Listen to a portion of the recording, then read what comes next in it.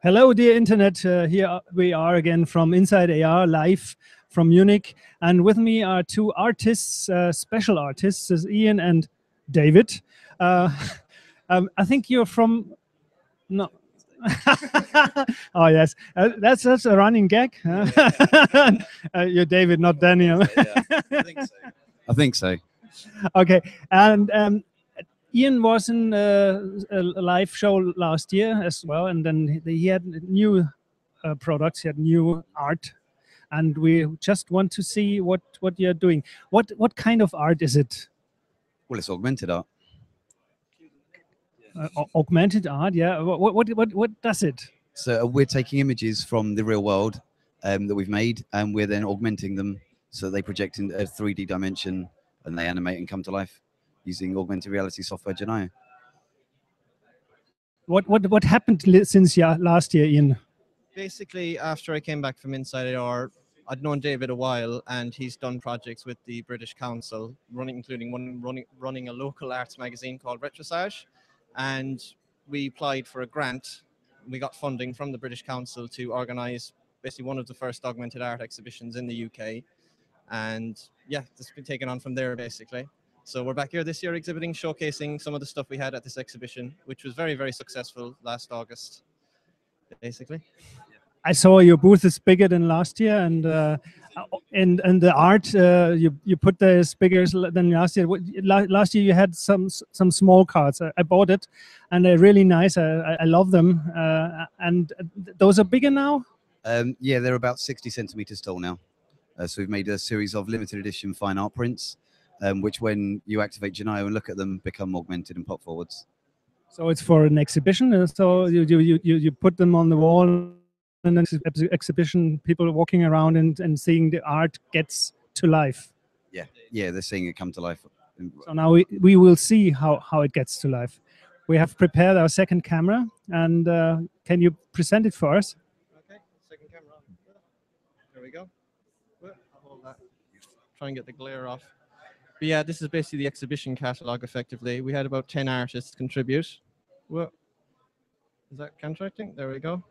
And we're same sort of ethos as last year, exploring augmented reality as a visual medium that artists can use.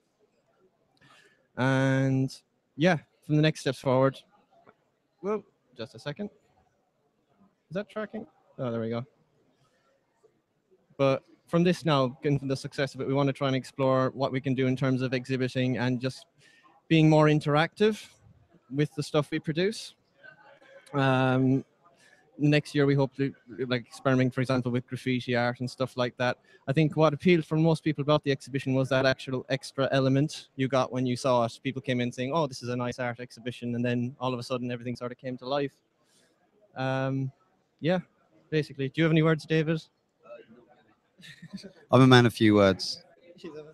So that looks like the augmented part is in 3D. So you see it moving a bit, or is it forward? There are animations included. It's all different stuff, really. There are even shadows playing with the tracking a bit. Yeah. And so we have a lot of artists from a variety of different backgrounds working in 3D animation. People doing graffiti art as well, or from graffiti backgrounds. It's all very good anyway. And it's been very nice to sort of work with so many people from different backgrounds and try out new different mediums and ways of working. And I think that's basically where we're taking it from there, just continuing to explore augmented reality as an artistic medium. All right. Yeah, that really covers it. Fine. I love that.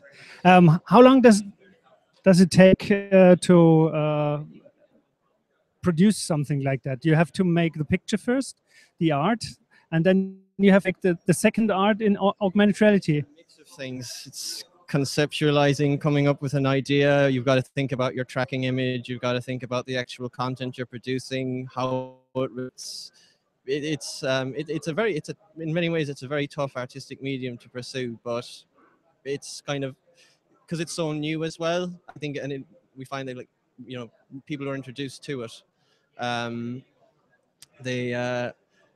I guess it's trying to get your head around the whole new different concept. You're literally looking at a picture and then you're trying to take it outside the frame, add a completely different dimension to it.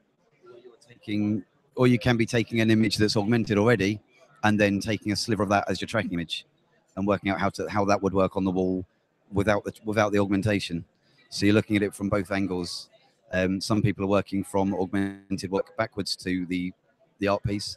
Others are working from tracking images from the tracking image and then augmenting that, adding layers to it. So it can come from either direction. So if some few of our show will get an augmented reality artist, what skills he needs? A whole bundle of them. Yeah, you definitely do. Yeah. Cool. Yeah, you've really got to be a jack of all trades. You do. Actually, You can use anything. We've got from the Augmented Arts group. There are people with all different types of skills, and it's when they come into their own and they start augmenting it that it kind of changes. As long as you can use some augmented software, to any extent really, and can get your head around that, you could do it from painting through to digital work, Photoshop, 3D work using Blender. You can use all of these different tools, and then you can apply that to the augmented world.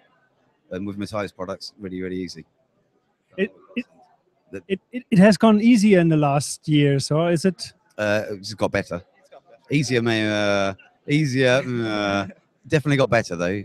Yeah, the product's marched along. From where it was last year, it's a whole different animal. It really is a different beast. It's so much crisper, cleaner, so much better. It's just better. Yeah, I wouldn't say it's any easier, but it is definitely better. If anything, it's probably a bit more difficult. There's more options and more choices now, whereas before you were kind of limited, and that's kind of freeing almost. Now you've already got, you could do anything with it.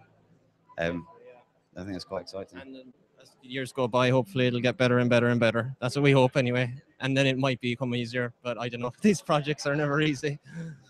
Do you know other artists that do nearly the same, or is it a special thing only you do? Explored by a few people, augmented art, yeah, and I think particularly in street art and stuff like that, as far as we know and what we've seen. In terms of, I guess we're kind of just adapting and seeing what we can do with it, and that comes with seeing Inside AR, and as you said, how it's developing in the last year or so. I mean, we want to try and start exploring using 3D objects and 3D object tracking, and again, working with sculpture, that would be fantastic, and seeing what you could do with that. Yeah, basically, I'd like to try again, sort of explore the idea of working with narrative and making something like that. Again, I think I said this to you last year, the same method for cinema 100 years ago, that kind of novelty kind of thing, but we're trying to get out of that and make something that's an accepted sort of genuine art form, basically. It's a wide field, and I think there will come some new artists as well. So. Oh yeah, well the numbers have doubled since last year. I can only see they're getting more and more people getting into it. It's a brilliant medium to use. I don't see why anyone would really.